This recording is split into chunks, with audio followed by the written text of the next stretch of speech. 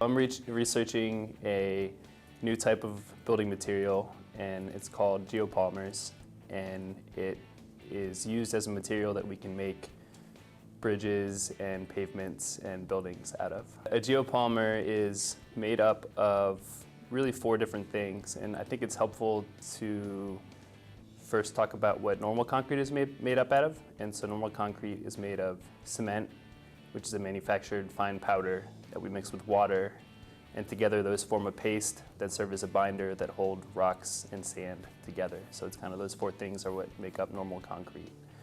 And with the geopolymer, we're replacing the manufactured cement with a byproduct from coal burning. So when you burn coal, it produces a lot of ash, and that ash is similar in chemical composition in some ways to cement.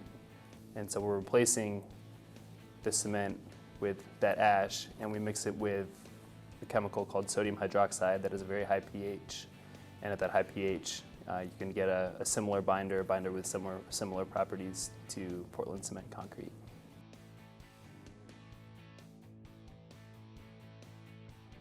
Yeah, so I guess the material cost it's cheaper in materials from the concrete that we use now, but the labor costs are higher because it's a different kind of a different process to mix, and you have to be careful because I mentioned earlier you are working with these caustic solutions. It's usually a sodium hydroxide solution that you have to mix the fly ash with, and so if that gets on you, it burns you, and to have workers working with that in the field or in precast concrete plants, there's some safety issues, and because of that, right now it's cost prohibitive to use on a large scale.